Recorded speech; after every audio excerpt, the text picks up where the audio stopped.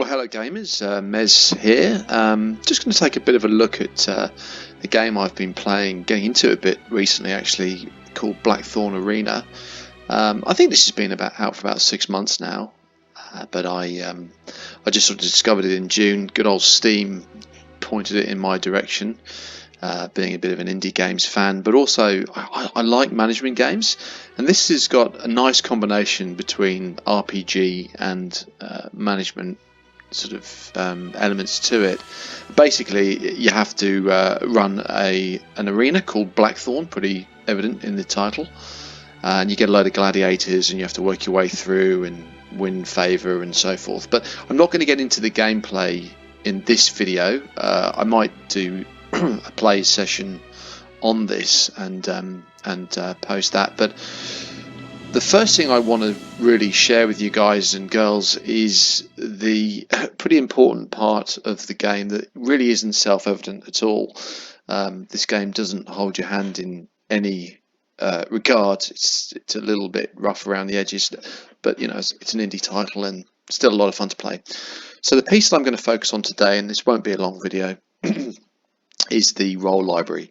When you start a new game, you're provided with 2 gladiators, but all their stats are completely randomized, and really it's an essential part of the game that you start off successfully.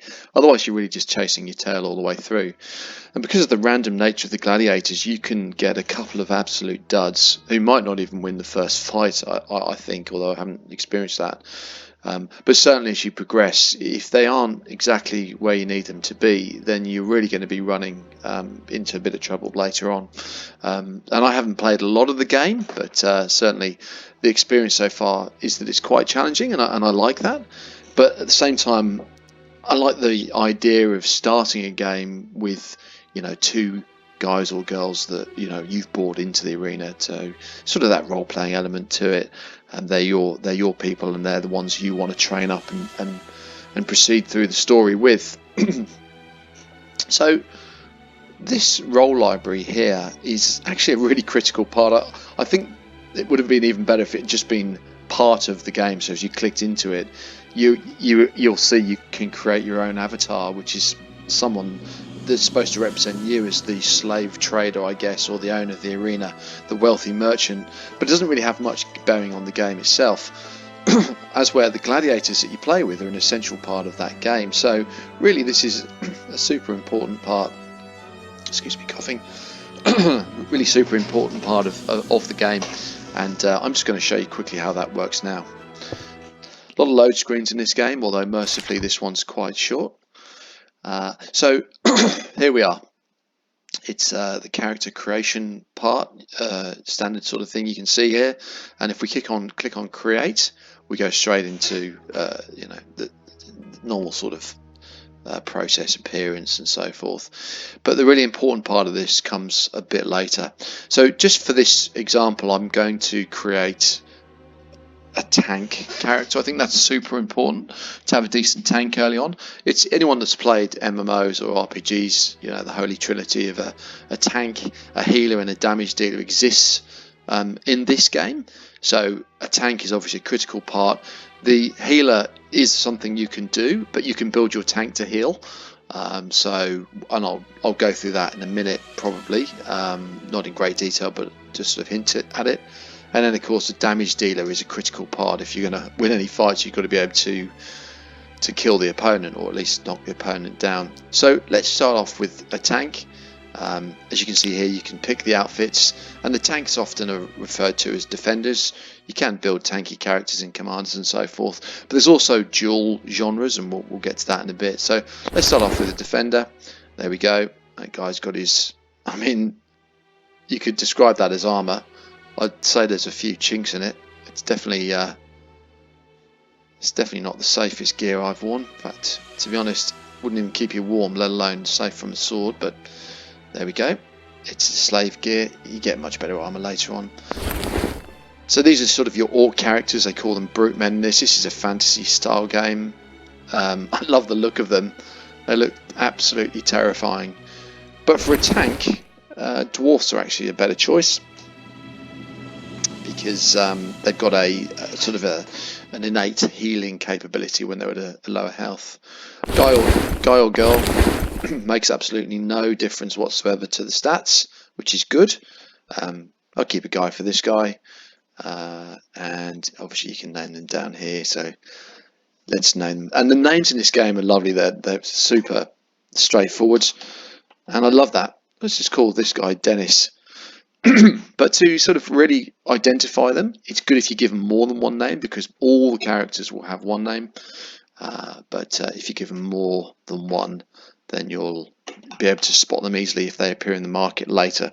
As I said, if you're starting a new game, you'll get them straight up. But I'm currently in a game, so this guy will appear later on. So it's called Dennis the Menace.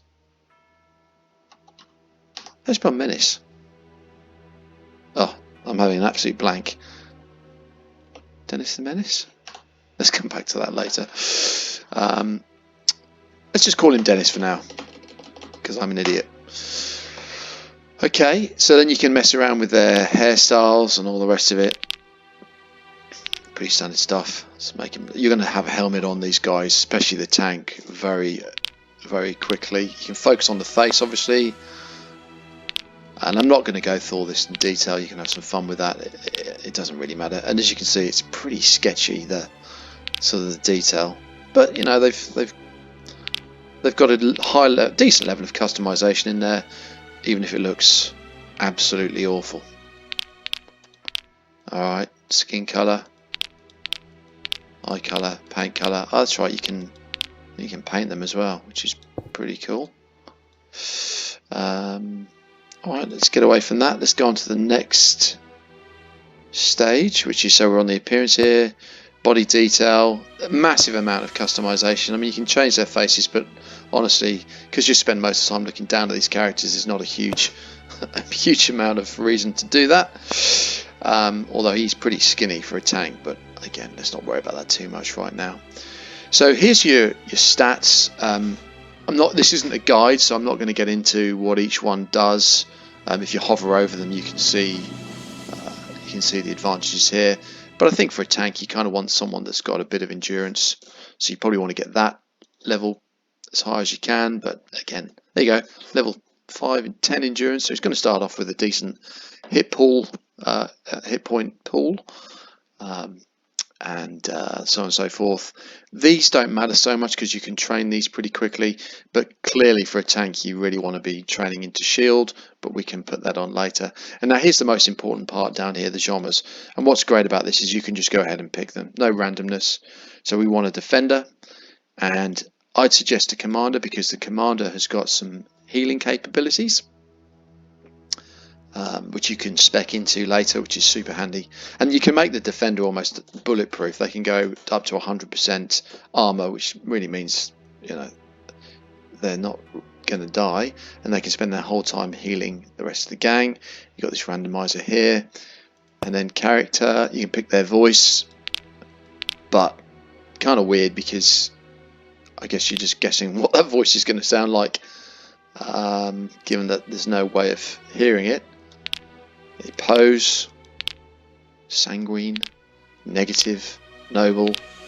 Let's just go with normal. A little bit of face paint. Love that. Love a bit of face paint. There we go. Oh, there we go. I guess that was the paint color, right? I'm a big Braveheart fan, so let's go for some of that light blue there. And there's his portrait. Dennis. Click that. I think this is when you're in the market that comes up with their portrait. Cool. Okay. Oh no, sorry, wrong button. Let's close. Let's export the data. No, I'm sorry. That you can save this data. I haven't played with those before, obviously separately, but all you want to do is save it here. So Dennis is now saved. And if I go back out and start a new game, then Dennis will appear here. But I won't do that now because I'm actually in a game, and I'm pretty sure that saves over it. So there you go, guys and girls. That's the sort of the walkthrough on the character creation part of this game. Super important part if you want to have a successful game. But I hope that was helpful for you. And yeah, let me know what you think in the comments. Obviously, we could maybe even share some tips on what are good characters to start with. That'd be handy to know. So until next time, take it easy and see you soon.